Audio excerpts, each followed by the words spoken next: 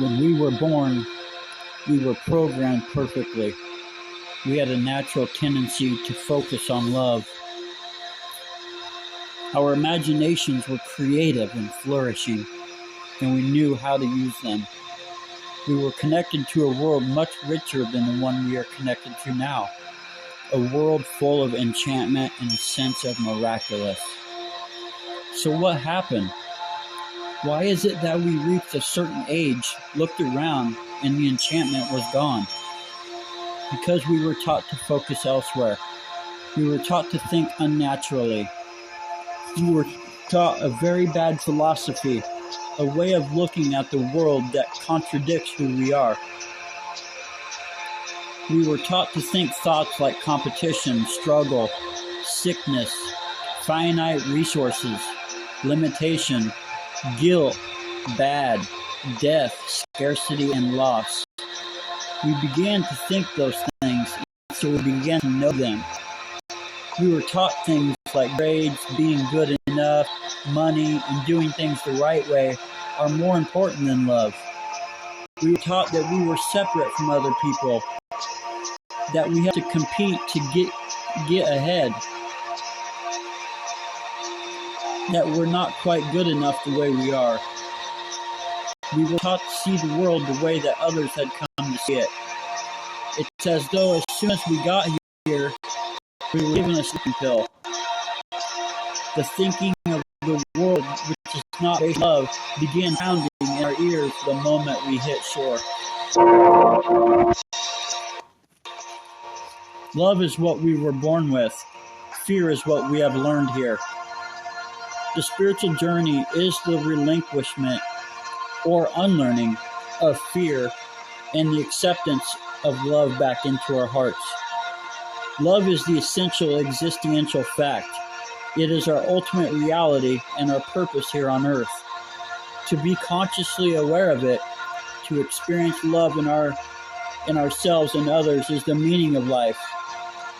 Meaning doesn't lie in things. Meanings lie in us. When we attach value to things that aren't love, the money, the car, the house, the prestige, we are loving things that can't love us back. We are searching for a meaning, and we are searching for meaning in the meaninglessness. Money of itself means nothing. Material things of themselves mean nothing. It's not that they're bad, it's that they're nothing. We came here to co-create with God by extending love. Life spent with any other purpose in mind is meaninglessness, contrary to our nature and ultimately painful. It is as though we've been lost in a dark parallel universe where things are loved more than people. We overvalue what we perceive with our physical senses and undervalue what we know to be true in our hearts. Love isn't seen with the physical eyes or heard with physical ears. The physical senses can't perceive it. It's perceived through another kind of vision. Metaphysicians call it the third eye. Esoteric Christians call it the vision of the Holy Spirit, and others call it the higher self. Regardless of what it's called, love requires a different kind of seeing than we're used to. Love requires a different kind of knowing or thinking.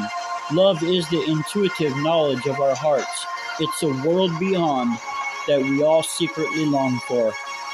An ancient memory of this love haunts all of us all of the time and beckons us to return. Love isn't material, it's energy. It's a feeling in all of us. Every situation, a room, and every person. Money can't buy it. Sex doesn't guarantee it.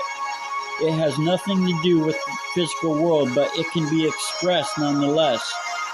We experience it as kindness, giving, mercy, compassion, peace, joy, acceptance, non-judgment, joining, and intimacy. Fear is our shared lovelessness and individual collective hells. It's a world that seems to press us from within and without, giving constant false testimony to the meaninglessness of love. When fear is expressed, we recognize it as anger.